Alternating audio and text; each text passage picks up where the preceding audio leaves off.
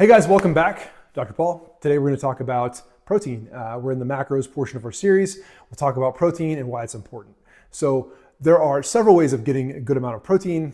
There are really two that are practical, right? There certainly are things like tofu and nutritional yeast and things of that nature. This is not like a vegan or vegetarian sort of video, frankly. So your two main ways of getting enough protein are going to be through whole animal sources, things like meat and eggs and milk, and supplements, things like protein bars, protein shakes. I have my favorites. If you've got your favorites, drop them in the comments below. I would love to see what you are taking in to get your protein goals met.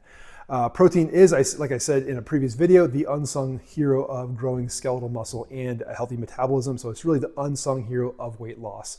Protein does not stimulate insulin release. So yeah, basically it does this in two ways, right? Protein does not stimulate insulin release like a carbohydrate would. So any carbohydrate you eat, from table sugar to a complex good carbohydrate like black beans, are all going to one way or another stimulate insulin release and in sufficient quantities cause you to store fat, where protein will not do that. So you're satisfying your hunger without storing fat because you're not stimulating any insulin release. I mean, that's why things like keto diets work. That's why carnivore diets work, okay?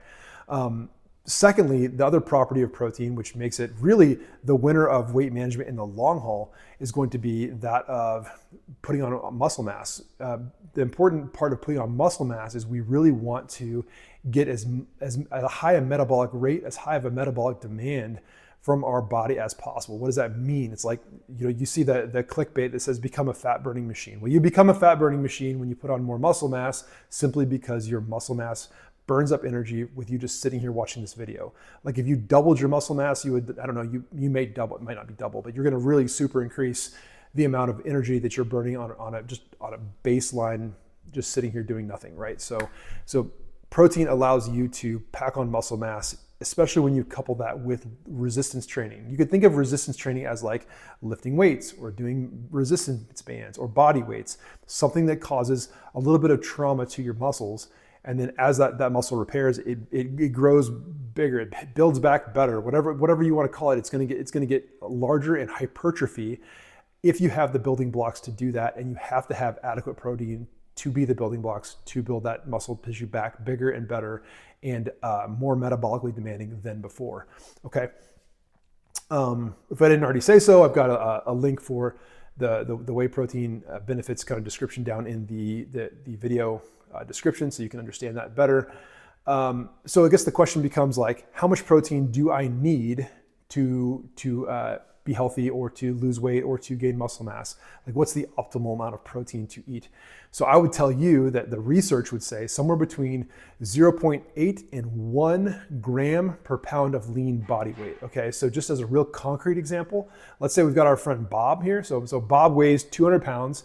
And he's like an average dude, so he's got 25% body fat. So, well, 25% of 200 is 50, so the remaining 150 pounds of Bob would be his lean muscle mass.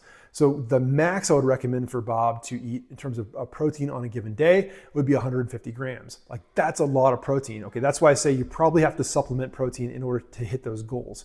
So if he got 0.8 grams per pound, he'd be about 120 grams, which would be probably a more reasonable kind of goal for a lot of people, honestly. So I do have a list of high protein foods, or at least a link to that list at the bottom of this video in the description. I would love to know if you've actually tried to eat 0.8 to 1 grams per pound of your lean body weight. I have. It's pretty hard to do, but it is effective. It's effective in terms of actually packing on more muscle mass. And also, like, if you're really watching your calories and your protein during that season of life, if you're getting your protein goals, you've really edged out a lot of room for other carbohydrates or other foods during that day. So, I'm a huge fan of animal proteins. I have chickens in my backyard. I got a whole bunch of chickens, so getting eggs is really easy for me, which is awesome because eggs are like ridiculously expensive right now. I'm sure they'll come back down, but that's been a helpful thing for me. I like Dymatize in terms of protein shakes. I like Built bars in terms of my favorite protein bars. If you've got a favorite supplement or bar, I'd love to hear about it. I'm always learning and love to hear what you guys are into. So in my next video, I'll talk about fats.